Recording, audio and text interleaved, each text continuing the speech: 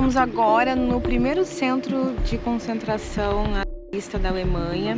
Esse sentimento eu nunca tinha sentido, porque essas pessoas inocentes, que tinham família, que tinham profissão, foram trazidas aqui por causa de um ideal político. O palácio, ele é o maior palácio real dentro de uma cidade na Alemanha. Bom dia! Hoje nós acordamos cedo para conhecer a cidade de Munique. Vamos fazer uma parada diferente. Não foi nada muito programado. Porque a gente soube que nós viríamos aqui para a Áustria, né? E ficar pertinho da fronteira com a Alemanha. O Paulo sempre ficava falando de Munique. Eu ficava, mas o que tem em Munique? Você quer ver também? Ele sabe. Mas, já que estamos aqui, vamos lá, né? Ver se a gente acha alguma coisa interessante, ver como que é a cidade. Onde nós estamos nesse momento, a distância é exatamente de 100 km. Então, óbvio, não é pertinho, mas também não é tão longe. Dá pra fazer um bate e volta. Espero que dê bom, porque eu sou acostumada a fazer passeios montando roteiros, tudo certinho. A gente tá entrando no túnel, que eles gostam muito de túnel aqui, que fica debaixo das montanhas. Já passamos vários túneis, inclusive teve um túnel no caminho que ele tinha 6 km de extensão, então era um túnel bem comprido, bem diferente dos túneis que a gente costuma ver no Brasil. Mas para as rodovias deles, as autobahn lá, continuar sempre o máximo reto que dá, eles colocam um túnel em cada morrinho que tem. Não é tão diferente quanto o Brasil, as rodovias, mas essa é uma diferença que acaba comendo um tempo muito grande, né? A gente perde muito tempo em serra, essas coisas assim, e aqui eles só vão reto. Só vai bem plano, né? Bem reto. Andando pelas ruas de Munique, que acabamos de chegar. Agora são quase 7 horas da manhã. Tá frio e eu não vim preparada. Logo de cara, estacionamos o carro aqui perto de uma praça central. Já batemos com um monumento inusitado, para dizer assim. É que assim, nessa praça tem vários monumentos para algumas pessoas históricas, provavelmente. Só que aqui a gente achou um que é bem curioso, porque ó, eles transformaram um monumento desse Roland, que eu não sei quem ele é, num memorial pro Michael Jackson. Tipo assim, cara, não tem nada a ver com o Michael Jackson, mas agora isso aqui virou um memorial do Michael Jackson, pelo que a gente pesquisou. Who's back? Na verdade, assim, por que eles escolheram aqui? Porque o hotel ali atrás, que eu acho que dá pra ver pela câmera, esse azulzinho, ele é o lugar que o Michael se hospedava quando ele vinha pra cá. E aí meteram o louco e ignoraram a estátua do cara aqui e fizeram todo o memorial pra ele e vão mantendo e atualizando isso. Ah, legal, só achei meio nada a ver, assim, a gente tava olhando as estátuas e pensando, ah, quem foi esse cara? Quem será que deve ter sido esse cara? E daí do nada, tipo, um monte de foto do Michael Jackson. E aqui, ó, passa esses trenzinhos no meio da praça. Deixa eu mostrar pra vocês, o trilho, ele fica literalmente na grama da pracinha.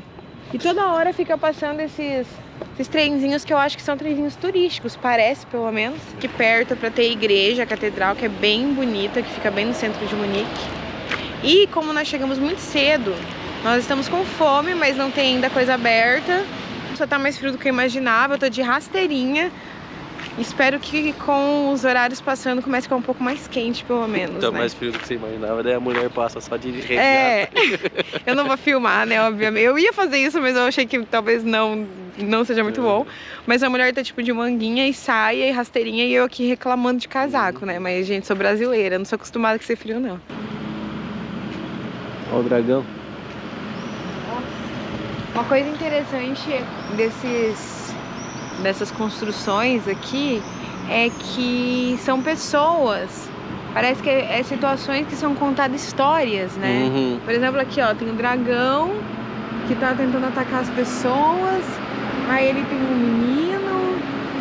Essas gárgulas e todo os contextos, parece que eles estão contando várias historinhas. Ali dá pra ver do lado do dragão as pessoas com medo e tal. É bem diferente, porque por mais que a gente tenha visto várias construções medievais, assim, antigas, eu não tinha visto ainda desse jeito. Não. Com pessoas contando historinhas. E ó, se vocês olharem, é sempre pessoas. Não é só aquela coisa assim, tipo, um monte de anjo, um monte de não sei o quê. Tem várias coisas diferentes. Lá em cima tem uma estátua de ouro que aparenta ser. Olha que prédio da hora.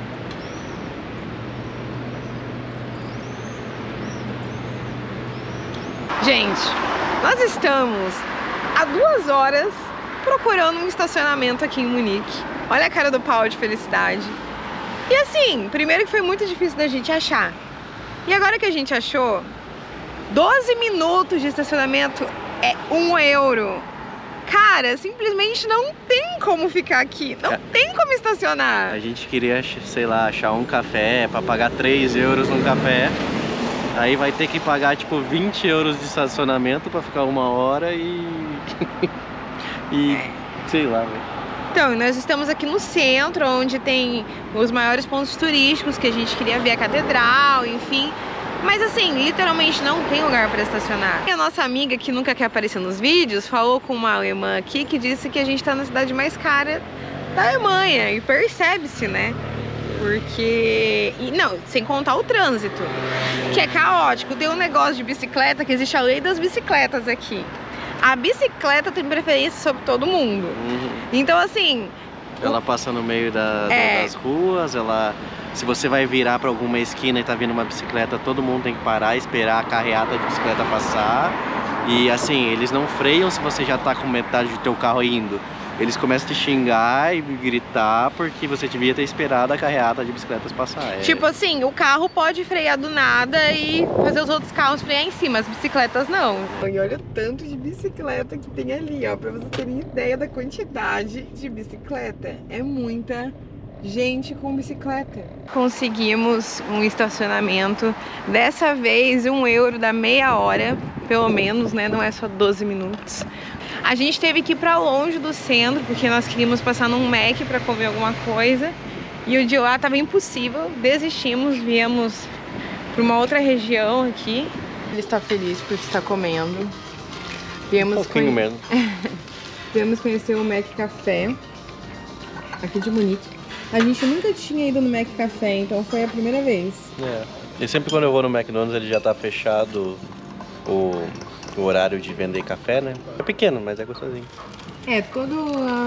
Nosso pedido deu 12 euros, a gente pegou esse lanchinho com ovo e bacon. Mais um misto quente. Aqui tipo um misto, chá gelado, aí eu peguei um cappuccino que eu achei bem grande, pelo menos isso, né?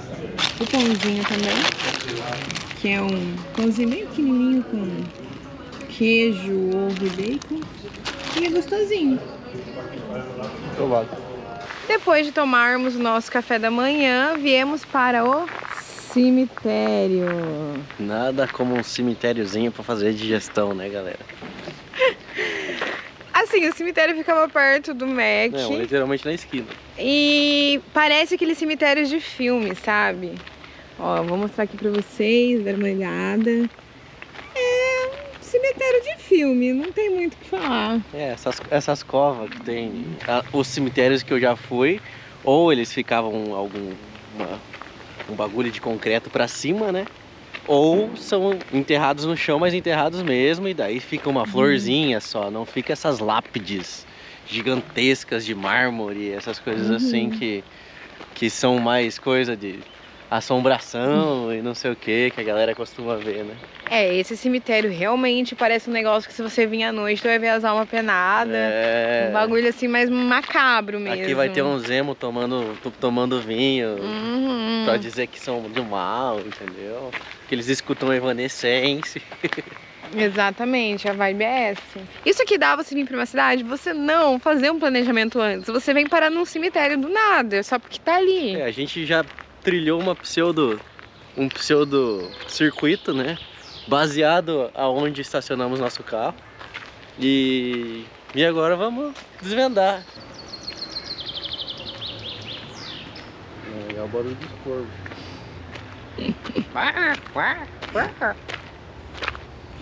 Eles fazem o fundo pra ficar mais macabro ainda o cemitério.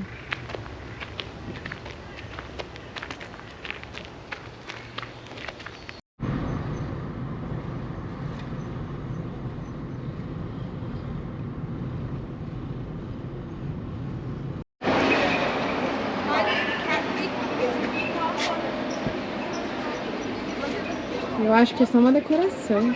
É, como se fosse o óculos do Harry Potter aqui, mas daí eles fizeram uma varinha pra segurar e você fica assim, ó. Já tá mais calorzinho, então tá bem gostoso de andar. Antes tava mais frio. Deu uma refrescada. Deu, na verdade, ficou mais quente, né? Não uma refrescada. E essa ruazinha aqui, como a gente falou, ela tem bastante lojinhas, é bem movimentada. Eu não sei se a gente passou aqui antes, você lembra? Não, né? Parece uma ruazinha principal, assim. Bastante coisas pra... A praça do Michael Jackson é 3 quadras puladas. E o gostoso dessas ruas que não passam carro é que você consegue andar bem tranquilo. Parece inclusive aquela rua de Curitiba, que tem uma assim também, né? Só que, só que a rua de Curitiba tem umas árvores maiores, assim, no meio. A gente achou uma parecida em Atenas e agora aqui. Impossível não ficar comparando algumas coisas com o Brasil. É meio que automático isso. Arrumando as medeixas. A gente achou uma fantástica fábrica de frutas secas. E é bem interessante, porque normalmente a gente só encontra... É pouca coisa, né? Sei lá, laranja. É que essa loja é uma lojinha turca. E pelo jeito os turcos são acostumados a fazer isso com as frutas, ó. Nossa, mas a fruta por completo ali, olha que coisa. Mas o interessante é isso, é que assim, é umas frutas inteiras. É muito diferente. Tem até pimenta, ó. Eu não sei o nome disso que eles fazem, que parece que a fruta fica preservada. É uma mumificação. Mas é muito bonito. É tipo embalsamar mesmo. Vamos... Ó, aqui dentro tem várias. Tem chocolate também.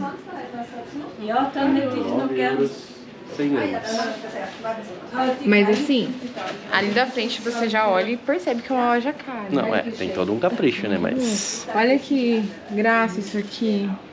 Tudo bem embaladinho. É caixa de chocolate? Eu acho que é. Ah, de Brasil? Yes! Ah, obrigada! A minha amiga comprou uma frutinha daquela ali só pra gente experimentar. As moças que estavam ali que atenderam a gente, as mulheres, foram umas queridas. Muito a gente não filmou pra não ficar com a câmera na cara dela o tempo todo, né? Mas assim, umas queridas. Daí nós estávamos conversando. Uma delas viu a gente falando em português e falou assim: Brasil? Aí a gente, sim. Aí ela começou a falar em português. Pelo jeito ela nunca foi pro Brasil. Ela falou que aprendeu a falar português nas férias em Portugal, mas que ela tem vontade de ir pro Brasil conhecer Fernando de Noronha e Santa Catarina. E uma parada interessante que ela falou, que aqui é muito pouco brasileiro que vem. É muito raro ver brasileiros que vêm pra cá. Sim, ela ficou assim admirada justamente porque ela falou que não vai brasileiros ali. E ela escutou a gente falando e na hora Brasil, dá pra ver que é alguém que gosta do nosso país. E trataram a gente super bem, super bem. E aí foi engraçado, porque era 2 mulheres atendendo, né? Uma, quando escutou que a gente tava falando diferente, veio falar em inglês. Essa mulher que tava falando já com a Michelle, tava falando em alemão, aí olhava pra Andressa e falava em português, aí a outra falando inglês comigo, virou uma maçoroca de língua. Era assim, 3 idiomas ao mesmo tempo, uma loucura, mas foi bem legal. Nossa, olha o lugar que a gente veio de manhã, como tá agora. Olha, tá bem possível. Lindo, lindo.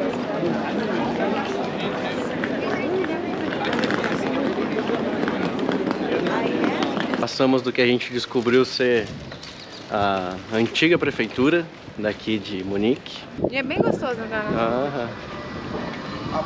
E continuam as estruturas mais antigas, né? E o legal é justamente que eles todos são diferentes por esse contexto de gárgulas, de estátuas. É uns negócios mó macabro, né? Chega a ser diferente ali, por exemplo, aquela lá. O maluco tá meio brabo ali. Finalmente, no Palácio Real de Munique. Esse palácio, ele é o maior palácio real dentro de uma cidade na Alemanha. Existem vários palácios aqui, mas normalmente eles são retirados da cidade. Então esse aqui é o maior de todos. Ele tem em torno de 130 salas, 10 pátios, um teatro, tem um jardim também enorme. E esse palácio aqui serviu de residência real durante 1508 a 1918. Então, durante bastante tempo, foi a casa dos reis da Alemanha. E eram os reis da Bavária, né? Que era dividido o negócio aqui. Então é diferente, não era o rei da Alemanha. Que assim, rei da Alemanha que eu quero dizer da questão regional, não, né? Sim. Essa aqui é a extensão de todo o palácio.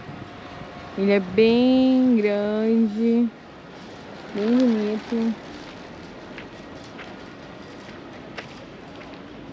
Vai até lá na frente. Ali tem a entrada onde a gente consegue chegar aqui e ir pro jardim do palácio, que também é enorme. Nós vamos dar uma voltinha lá atrás também para conhecer. E infelizmente conhecer por dentro do palácio vai ficar para uma próxima, mas pelo que eu vi não é muito caro. Você meio que paga os tickets assim meio separado, as joias uma coisa, a sala é outra. Se eu não me engano, com 13 euros você consegue fazer uma visitação completa aqui nesse palácio. Aqui no jardim, a primeira coisa que eu reparei foi que essa parte aqui, que separa o jardim do restante das coisas, e a pessoa passa gritando na hora que a gente tá gravando, né? Eu vou explanar porque esses gringos adoram fazer isso, meio sem noção. Mas enfim, aqui é tudo feito de claves de sol. E lá no fundo, a gente tem uma pessoa tocando. Aí, o jardim tem todas essas arvorezinhas que fazem esses corredores. E bem lá no meio, uma pessoa tocando. O que ele tá tocando? Piano. Piano? Nossa, que chique. Uma pessoa tocando piano no meio do jardim. No meio do jardim real.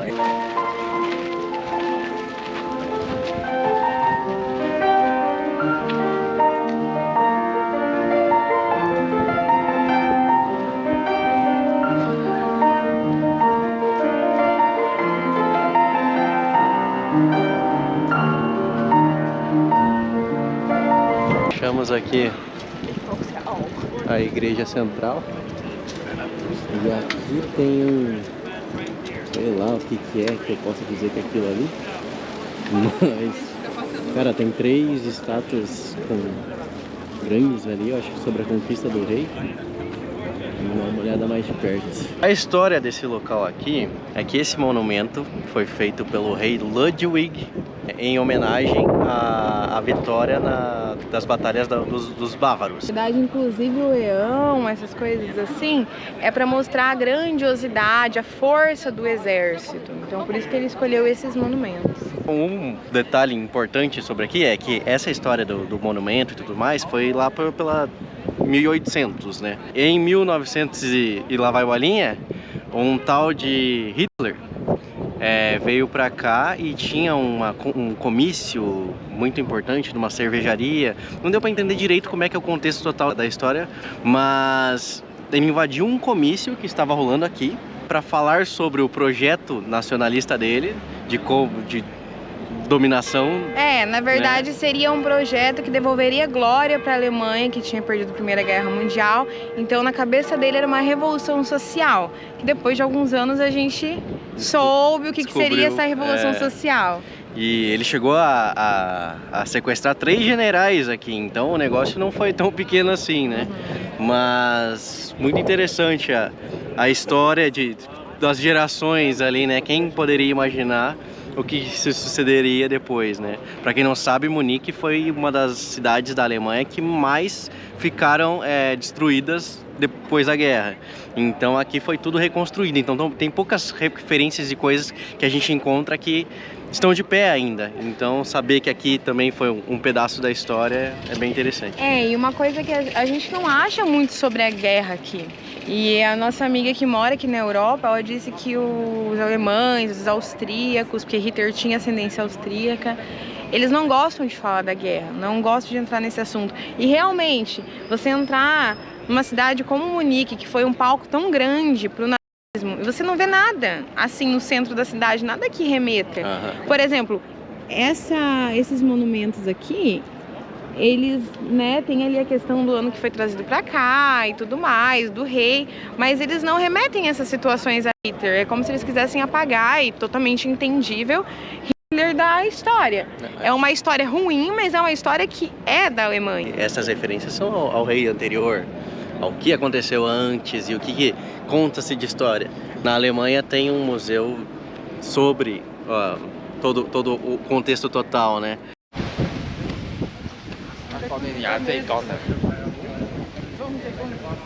Finalizamos o nosso tour pelo centro de Munique ali. Entramos no carro, já saímos correndinho, né? Porque como o nosso dia tá bem corrido. E viemos aqui em Dachau, que fica 20 quilômetros do centro de Munique. Aqui nós estamos agora no primeiro centro de concentração nazista da Alemanha. Não é o maior, mas foi o primeiro, então todos os outros centros de concentração foram inspirados nesse aqui. Ele tem uma importância muito crucial, infelizmente, né, para a história. E aqui nesse espaço era o local onde eles eram chamados para fazer a contagem todos os dias, nesse espaço bem grande. Aqui até tem uma foto que mostra como acontecia, eles ficavam todos enfileirados. E aqui, ó, como era. E essa contagem, Paulo, você consegue explicar um pouquinho como ela acontecia? Funcionava assim. Ali, todos os prisioneiros eram colocados em fileiras e todas as manhãs, né, eram feita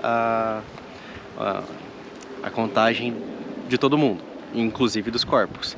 Então, por exemplo, se você eles tinham que ficar por, no mínimo 1 hora, né, parados em pé, em posição de sentido, né, como se diz no coisa de militar, para fazer a contagem, independente se você está doente, se você está morto, se você está o que tiver. Então, por exemplo, seu colega de cela foi lá e morreu, você vai ter que arrastar o corpo dele para cá, porque se a contagem não bater o que eles têm, como se tivesse algum fugitivo, se alguém se escondeu, alguma coisa assim, todo mundo ia ser torturado e punido até acharem onde está esse cara.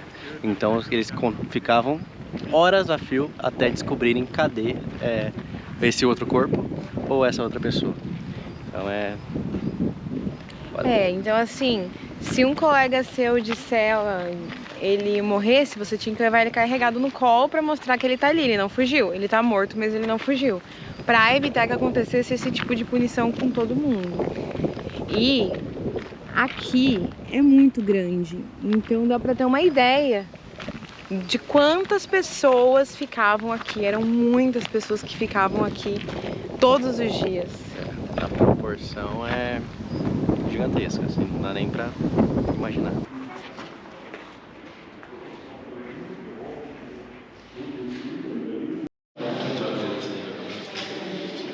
Aqui é a lista dos principais campos de concentração.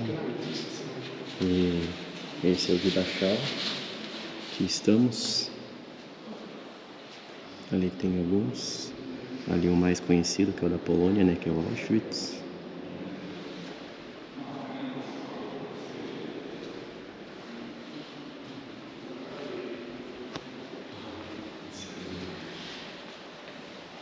Ali data desde quando começou aqui, né, de 33 a 45. Só em 40, mais de 13 mil prisioneiros foram mandados da Polônia. E essas paredes que contam as histórias daquela tragédia.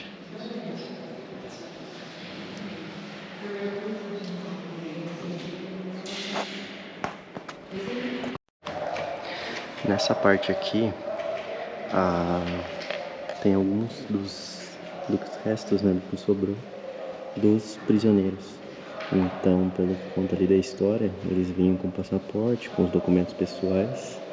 Aí sobrou, né, algumas coisas, brincos, relógios e tal. E aí naquele saguão era feita, como eles chamam de inumana, né, depredação das coisas dele. Então ele saía daqui como, por exemplo, Joseph, e depois se transformava em um número. Então ele entrava por ali, dava a volta, tirava todos os pertences dele, as roupas dele e tal, e aí passava por uma sala que eu já vou mostrar pra vocês e saía dali só pelado, sendo um prisioneiro.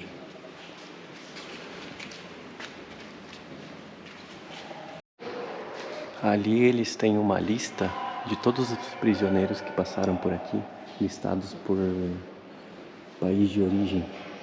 E pelo que conta, 206 mil prisioneiros passaram só pelo esse campo de concentração. É algo surreal.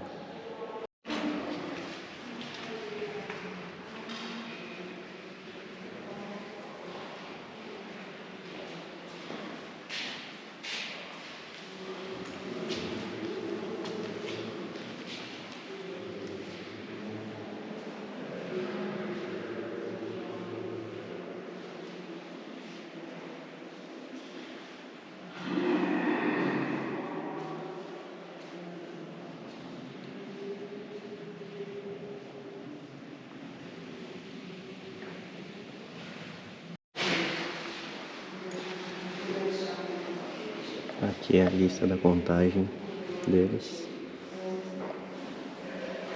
Como eles devem ser separados, de onde que vieram, ano de nascimento. E aqui é a sala onde eles entravam como uma pessoa e saíam como outra. Tem um breve vídeo ali de explicação, mas era aqui que eles deixavam as coisas deles.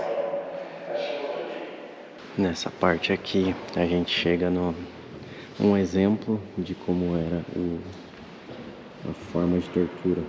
Então esse aqui era parece um pedaço de osso que era usado para chicotear os prisioneiros.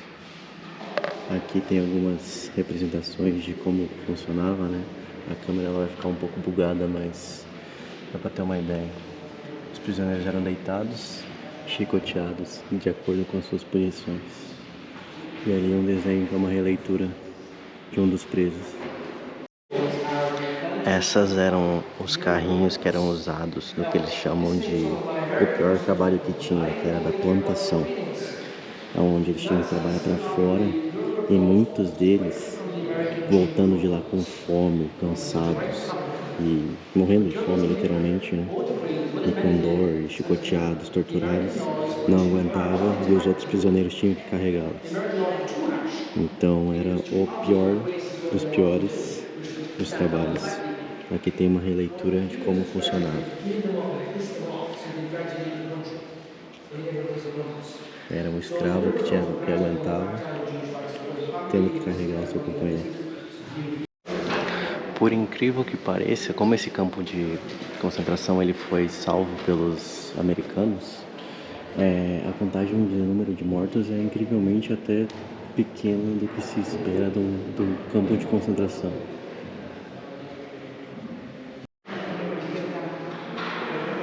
Essa daqui é uma das cenas clássicas que, para quem, né, assistiu filmes como O Menino do Pijama Listrado, deve recordar.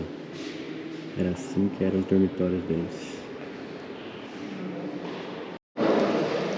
Ao final de tudo, em 28 de abril de 45, os americanos chegaram e em uma frente da infantaria por dois lados, graças a uma ajuda de um cara que era da Cruz Vermelha, que tinha permissão de estar lá dentro, né? Ele deu a brecha para os americanos entrarem e foi assim que conseguiram libertar os prisioneiros do campo de concentração. Daqui essa é a foto da vitória, né?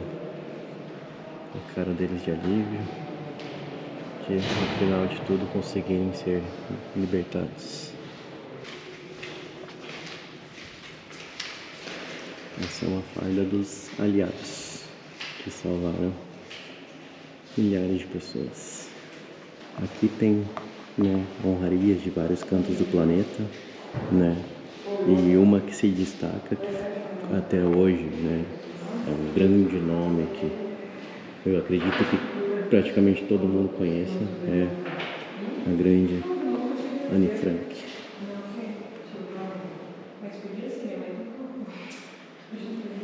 Graças ao seu diário, né, conhecemos um pouco mais da história, e ela foi uma das salvadoras de algumas vidas.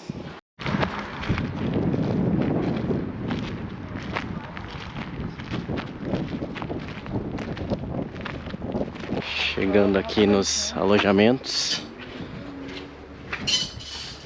como eram as camas que eles ficavam, né? Um cubículo só, não cabe nenhum. É um colchonete, né? E como dava para perceber pelas fotos, ficavam 2 em cada um desses, que eles estavam sempre amontoados, né? Tem uma prateleirazinha ali que poderia ser para alguma foto, alguma coisa, talvez. Mas acho difícil porque eles tiravam todos os pertences, né?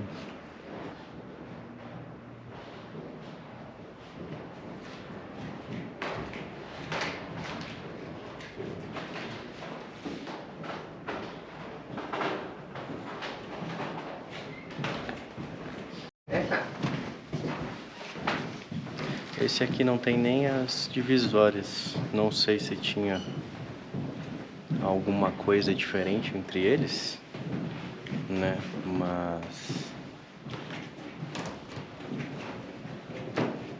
não sei também se isso aqui é remontado, recuperado, reconstruído. Até porque madeira também não costuma durar tanto, principalmente no... Olhando assim de perto, parece uma coisa antiga, mas também não dá pra dizer se é reconstruído ou não. Porque, eu acredito que não sejam as camas que eram da época, não. Porque aqui tem até madeira solta. Não sei. Essas marcas aqui são de pessoas que vieram aqui, porque aqui não tem guardinha, não tem segurança nenhuma. Então, a galera que é besta escreveu aí. Mas eu acho que é só pra ter uma noção do tamanho, né? Como é que era. O tipo de visão que eles tinham, né? Das janelas. Aqui eram só as plantações, né? Então, olha o vasto campo que não tinha que fazer.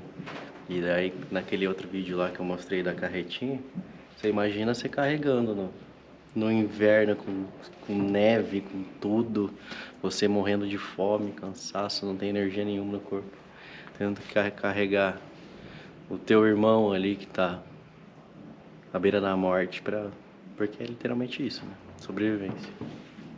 Aqui, cada prisioneiro ele tinha o seu armário, né? Não sei se só um, mas pelo que aparenta das fotos, eu acredito que sim. Mas no final do ano 40 até o 45, que foi quando a maioria das mortes aconteceu, foi em decorrência porque aqui tinha uma capacidade de até 10.000 prisioneiros por vez e sobrecarregou muito mais do que isso, acabando fazendo com que teve uma epidemia de gripe, de doenças e outras coisas, né? Onde houve tantas mortes por causa da acumulação que ocorreu. Então a higiene deles ficou escassa muito mais do que já era, né? E ficou impossível de se limpar e de se ter uma qualidade de vida humana. No mínimo, né? Já não era humana, mas que ficasse o mínimo. O básico do básico de você sobreviver. Só uma churrasqueira.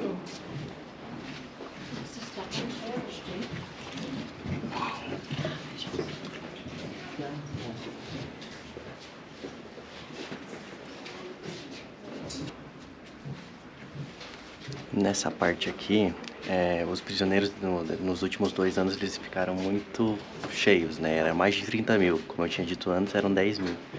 E aqui ficou isolado os prisioneiros que eram doentes, então aqueles eram largados para a morte.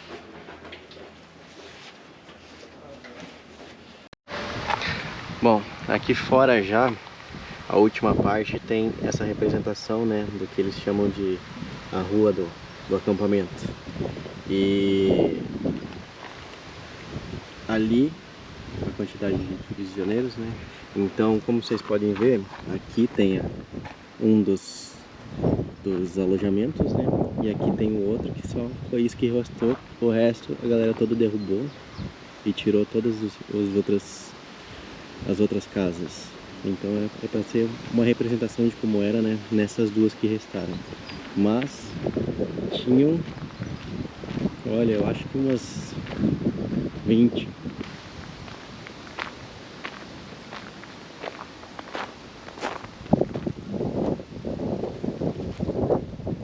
Agora restou apenas um número para representar.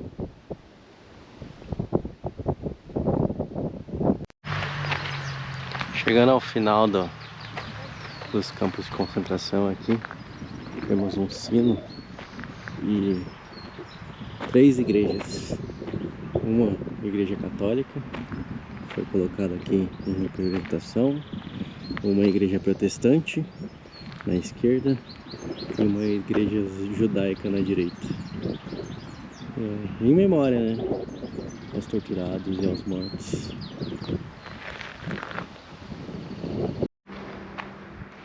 Nessa parte aqui foi mantido como era, né, as valas e as cercas da época, onde tinha ali os arames farpados, né? Ele era dividido em 2 fases, onde com 7 torres de vigia, né? Se o prisioneiro ultrapassasse uma delas, já era automaticamente fuzilado. E muitos deles quiseram ser propositalmente porque não aguentavam mais o sofrimento. Aqui tem uma região onde tem 2 barracas, né? Uma que era o crematório, o primeiro que teve, e depois o crematório que eles chamam de barraca X. Onde tiveram mais em decorrência das doenças, essas coisas assim. Mas infelizmente fecha 5 e chegamos 15 minutos atrasado e vimos até o cara fechando aqui e não deu tempo. Mas chegando aqui nessa parte, tem mais uma igreja, né, que fica ali. A Andressa tá até indo pra lá, que parece uma barraquinha, que é uma igreja ortodoxa russa. E ela foi a primeira a tomar essa iniciativa de fazer um memorial, né, tanto aqui quanto lá em Moscou. E depois que vieram as outras igrejas fazer outros pedaços de homenagens aqui. Finalizando aqui a visita, né, ao campo de concentração. Da nossa viagem completa, eu acho que a Andressa concorda comigo que, cara, quando a gente vai pra, como foi, né, para lugares como o Egito, como a Grécia ali, onde é um negócio mais lúdico, onde você tenta imaginar o que aconteceu ali, como era o tempo dos faraós, como era o tempo dos gregos, suas templos, preces e essas coisas assim. É muito foda de você estar num lugar onde você tem que tentar imaginar como era ser torturado. É um lugar que, assim, desde o momento que você pisa o pé, você já sente uma energia pesada. Eu até, na maioria do tempo do vídeo, o Paulo que ficou gravando mais, eu fiquei mais longe, porque assim, eu realmente tava me sentindo muito mal, sabe? Tipo, era um momento ali que eu queria olhar e refletir, porque naquele momento a gente consegue, por mais que a gente saiba o que aconteceu, nazismo, todo mundo conhece a história, estar aqui é uma coisa pesada, porque é como se você se teletransportasse, aquela coisa que a gente gosta de fazer para aquele momento, e aquilo foi muito, muito, muito pesado, assim, para mim, esse sentimento. Porque quantas vidas foram tiradas, quanto sofrimento, quanta tortura, a maldade do ser humano é uma coisa que, não sei, assim, a gente pensa que sabe, mensura, mas você chega num lugar como esse e você pensa, não, eu não sei como é a maldade do ser humano. Estou falando isso como uma advogada criminalista, então assim, estar envolvida em situações pesadas é uma coisa que é comum pra mim, né? Não é uma coisa nova. Só que esse sentimento eu nunca tinha sentido. Porque essas pessoas inocentes, que tinham família, que tinham profissão, foram trazidas aqui por causa de um ideal político. E isso parece muito antigo, mas também é muito atual. Porque hoje, se não existissem leis, não tivesse acontecido o próprio nazismo, quem sabe a gente poderia viver algo assim? Porque o fanatismo político de acreditar numa pessoa que é a salvadora da pátria, porque o Hitler era visto como um deus quase pelos seus seguidores, e fazem acontecer situações como essa. Então, infelizmente, essas pessoas precisaram passar o que elas passaram para que hoje a gente consiga ter uma civilização, a gente consiga entender que direitos humanos são importantes, sim. Então, não sei, foi uma reflexão muito profunda, assim, pra mim. Não tenho palavras para descrever a mais do que eu disse até agora. Eu acho que só estando aqui para vocês conseguirem realmente entender. Se você estiver aqui pertinho de Munique, estiver na Alemanha, nas redondezas, vale a pena dar uma passadinha. Vale muito a pena. Passa mesmo, porque é aquela coisa assim de você alimentar o teu lado humano, pensar no próximo e, cara, tratar o ser humano como ser humano, velho.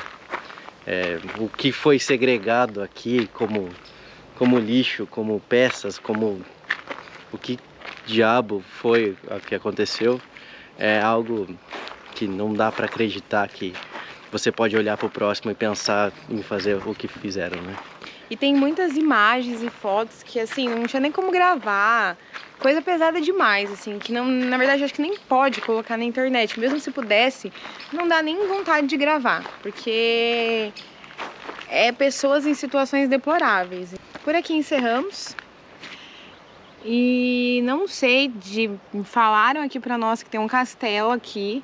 Vamos ver se a gente consegue passar ainda, porque no verão escurece tarde, escurece em torno de 9 horas por aí. Então, como ainda é 5 horas, nós ficamos até o fechamento, o horário de funcionamento aqui é das 9 às 5. Quem sabe a gente consiga passar nesse castelo, mas veremos. Veremos se vai dar. Nem que a gente grave só assim por fora, rapidinho, só pra vocês verem. Os moradores aqui parecem gostar de lá, né? E espero que vocês tenham gostado. Obrigado por acompanhar aí. E reflitam, galera. Deixa o like, se inscreva no canal. Nos vemos na próxima. I don't really know what comes next. I'm just doing my best, even though I'm so stressed out. Everything just feels like a test that I fail, so depressed when I can't seem to get out.